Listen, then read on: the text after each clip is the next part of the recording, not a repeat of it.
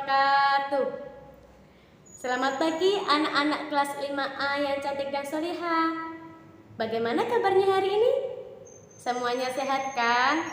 Alhamdulillah kalau sehat. Nah, sebelum kita memulai pembelajaran pada pagi hari ini, marilah kita membaca basmalah bersama-sama. Bismillahirrahmanirrahim. Nah, hari ini kita akan belajar bersama Bu Idna. Nah, anak-anak kelas 5A jangan lupa untuk mengisi daftar hadir ya. Untuk daftar hadirnya sudah ada di Google Classroom. Nah, meskipun kita pembelajarannya online, kita juga harus tetap semangat dan tetap mematuhi protokol kesehatan. Hari ini kita akan belajar tema 2, subtema 1, pembelajaran ke-3, muatan IPS, Bahasa Indonesia dan PPKN. Hari ini kita belajar tema 2, subtema 1, pembelajaran ke-3, cara tubuh mengolah udara bersih. Nah, materi hari ini ada 3. Yang pertama, menyajikan informasi penting dalam bentuk peta pikiran. Dan yang kedua, pengertian dan jenis tanggung jawab. Dan yang terakhir yaitu jenis-jenis usaha ekonomi manusia. Materi yang pertama yaitu menyajikan informasi penting dalam bentuk peta pikiran. Sebelumnya kita kan sudah pernah belajar mengenai kata tanya.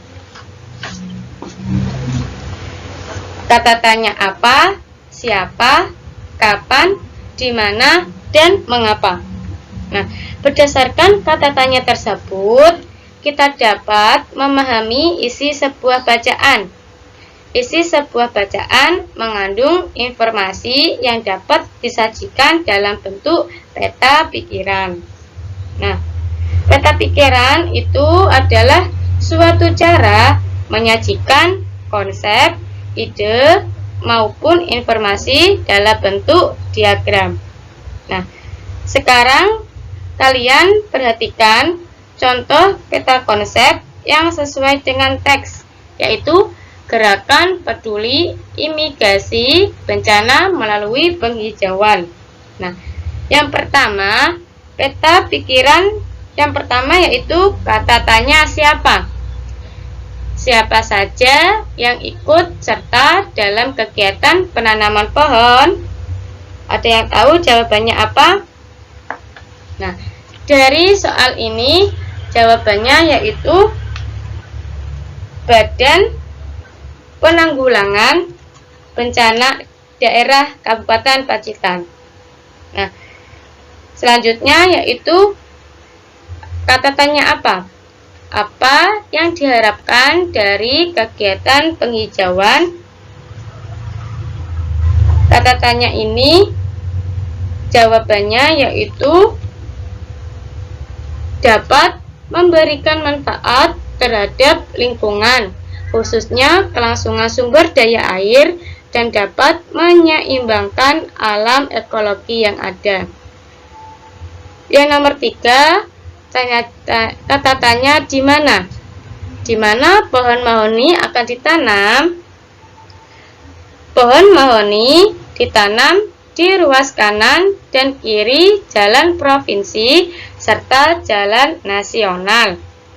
Yang keempat yaitu kata tanya mengapa? Mengapa pohon mahoni sering ditanam di pinggir jalan? Karena pohon mahoni dapat tahan hidup di tanah gersang dan dapat tumbuh secara cepat. Dan pohon mahoni juga mampu menyerap polusi udara dan menghasilkan oksigen. Nah, kata tanya yang terakhir yaitu kapan? Kapan kegiatan penanaman pohon dilaksanakan? Nah, kegiatan penanaman pohon dilaksanakan pada hari Kamis tanggal 16 Januari 2020. Materi selanjutnya yaitu pengertian dan jenis tanggung jawab.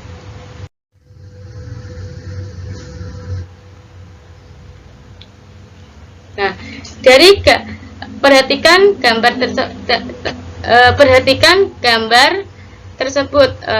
Apa yang sedang dilakukan oleh para warga?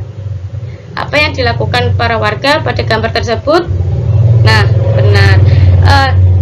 Gambar pada tersebut yaitu sedang bekerja bakti.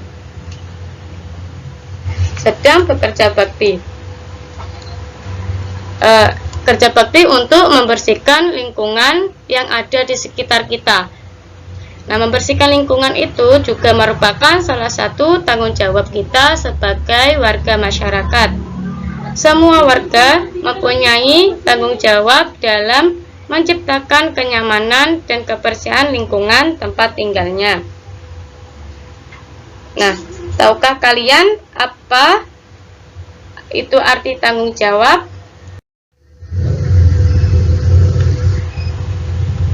Tanggung jawab artinya sikap menyadari dan siap melaksanakan tugas dan kewajiban yang dimiliki, baik terhadap diri sendiri, keluarga, masyarakat, lingkungan, negara, maupun Tuhan Yang Maha Esa.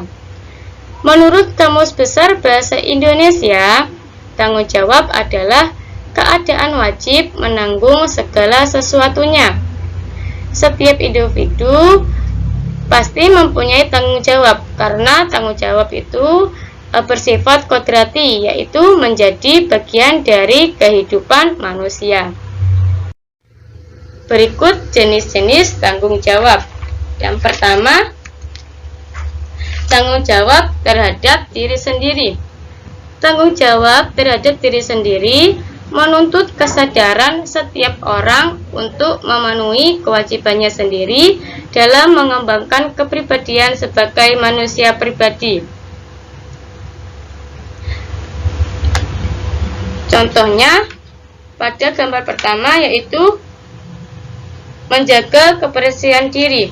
Menjaga kebersihan diri itu termasuk tanggung jawab pada diri sendiri. Menjaga kebersihan itu seperti mencuci tangan sebelum makan dan gosok gigi sebelum tidur. Contoh selanjutnya yaitu menjaga kesehatan dan gizi seimbang. Dan yang terakhir yaitu belajar tanpa disuruh orang tua. Jenis yang kedua yaitu tanggung jawab terhadap keluarga. Tanggung jawab terhadap keluarga menjadi tanggung jawab seluruh anggota keluarga, baik dari ayah, ibu, maupun anak. Dalam sebuah keluarga, tanggung jawab menyangkut upaya untuk menjaga nama baik keluarga, meningkatkan kesejahteraan keluarga, dan menjaga keselamatan keluarga. Contoh pada gambar pertama yaitu tanggung jawab untuk berbakti kepada orang tua. Contoh yang kedua yaitu melaksanakan tugas piket harian. Untuk tugas piket harian bukan hanya ada di sekolah, tapi juga ada di lingkungan keluarga.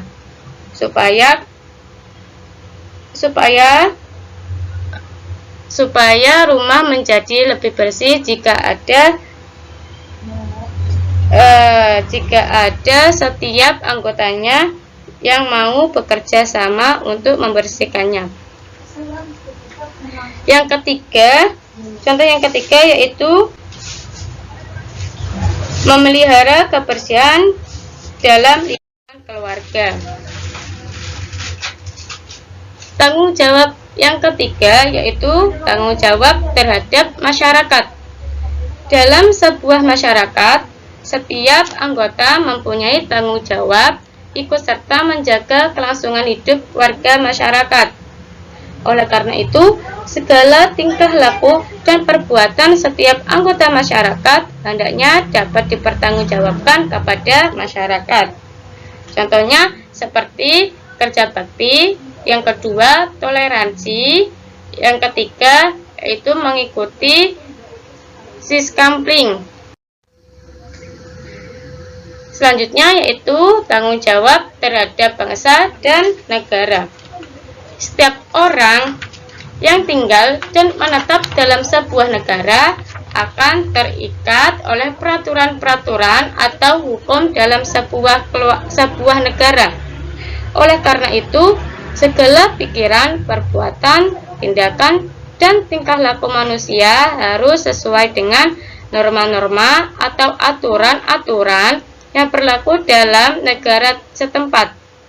Contohnya seperti mengharumkan nama bangsa. Nah, contohnya itu anggota tim nasional bulu tangkis Indonesia berusaha sekuat tenaga untuk mengharumkan nama bangsa Indonesia. Mengharumkan nama baik bangsa Indonesia di mata dunia merupakan menjadi salah satu tanggung jawab setiap warga negara Indonesia. Contoh yang kedua yaitu mengikuti kegiatan bela negara. Contohnya seperti mengikuti upacara 17-an. Dan contoh yang terakhir yaitu melestarikan budaya. Tanggung jawab yang terakhir yaitu tanggung jawab terhadap Tuhan. Tuhan menciptakan manusia sebagai makhluk yang paling sempurna, mempunyai akal dan pikiran. Oleh karena itu, Tuhan menurunkan ajaran berupa perintah dan larangan bagi makhluknya, khususnya bagi manusia. Contohnya yaitu melaksanakan sholat secara berjamaah. Itu juga merupakan tanggung jawab terhadap Tuhan. Yang kedua yaitu melestarikan lingkungan.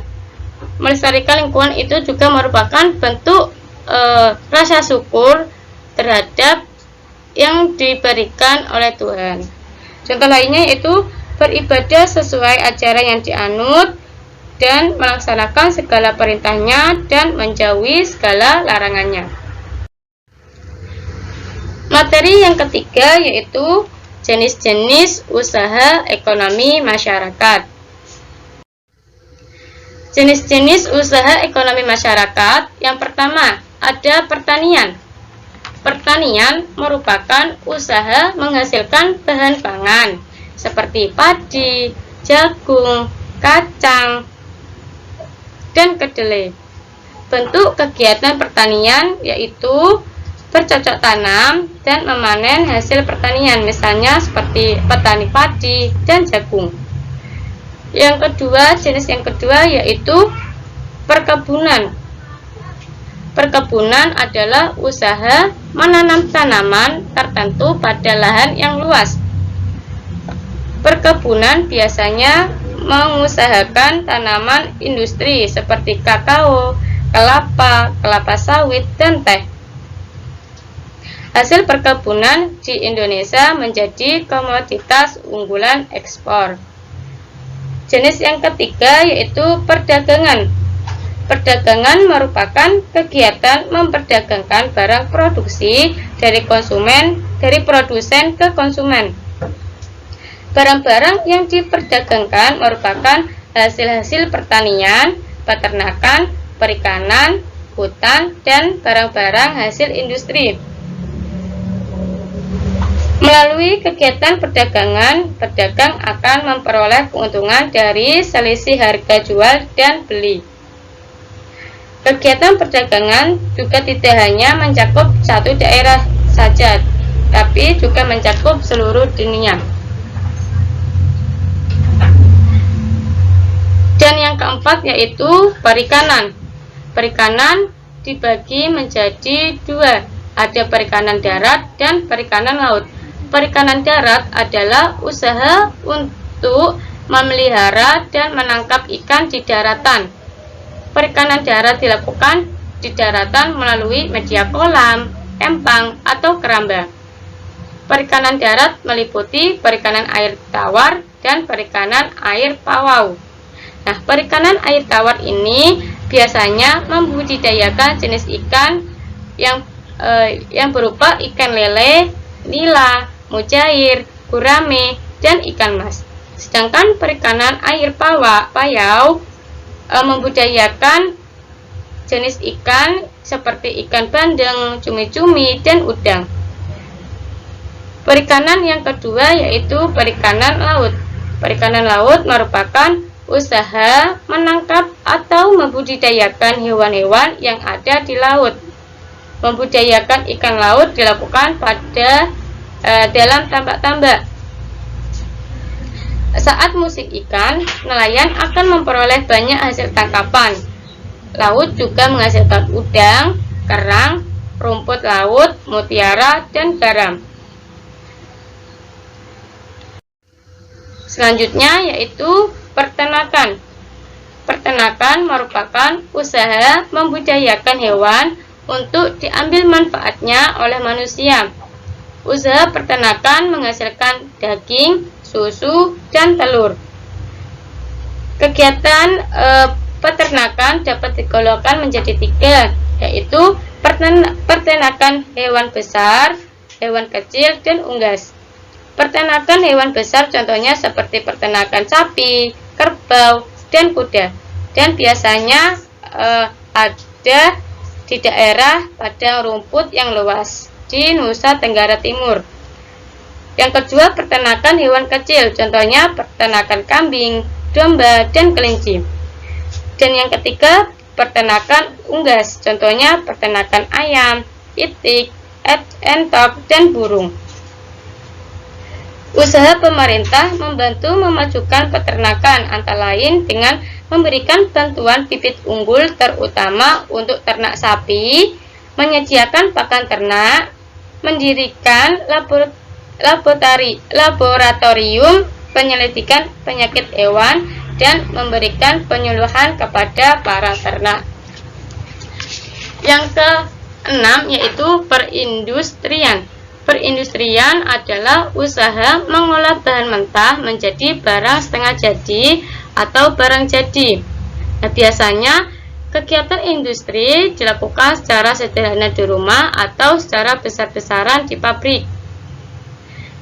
Industri juga dibedakan menjadi 4, industri rumah tangga, industri kecil, industri sedang, dan industri besar. Contoh industri rumah tangga yaitu industri anyaman dan industri tahu tempe. Nah, untuk industri kecil biasanya tenaga kerjanya berjumlah 5-19 orang. Contohnya seperti industri genting, dan industri batu bata. Yang ketiga yaitu industri sedang. Industri sedang ini menggunakan tenaga kerja sekitar 20-99 orang.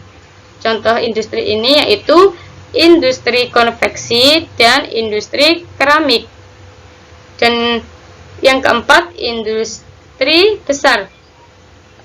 Industri ini menggunakan tenaga kerja 100 orang atau lebih. Contohnya industri besi baja, industri pesawat terbang, dan industri mobil. Jenis yang ke-7 yaitu pertambangan. Penambangan adalah usaha menggali dan mengolah sumber daya dari dalam perut bumi. Berdasarkan bentuknya, barang tambang dikelompokkan menjadi 3. Barang tambang mineral logam seperti emas, perak, tembaga, timah, dan nikel. Yang kedua, barang tambang mineral non-logam seperti belerang, gimsum, marmer, dan batu gamping. Dan yang ketiga, barang tambang sumber energi seperti minyak bumi, batu bara, dan gas alam. Pemanfaatannya, barang tambang di Indonesia termasuk sumber daya vital. Pemanfaatannya ditunjukkan bagi kemakmuran masyarakat Indonesia. apabila dieksploitasi terus-menerus, ketersediaan barang tambang akan cepat habis. Oleh karena itu, pemanfaatan barang tambang harus dilakukan dengan bijak dan memperhatikan kelestariannya. Contoh perusahaan yang mengeksploitasi barang tambang di Indonesia antara lain PT Pertamina, PT Aneka Tambang, PT Freeport Indonesia. Dan jenis yang terakhir yaitu kehutanan. Kehutanan merupakan upaya untuk mengelola, membuat, menggunakan, dan melestarikan hutan untuk kepentingan manusia. Upaya pemanfaatan hutan yaitu untuk memberikan keuntungan bagi manusia yang dinamakan usaha kehutanan. Dengan demikian, hutan dapat dimanfaatkan untuk kegiatan ekonomi, misalnya seperti memanfaatkan hasil hutan, yaitu seperti kayu, damar, rotan, dan jati untuk keperluan manusia.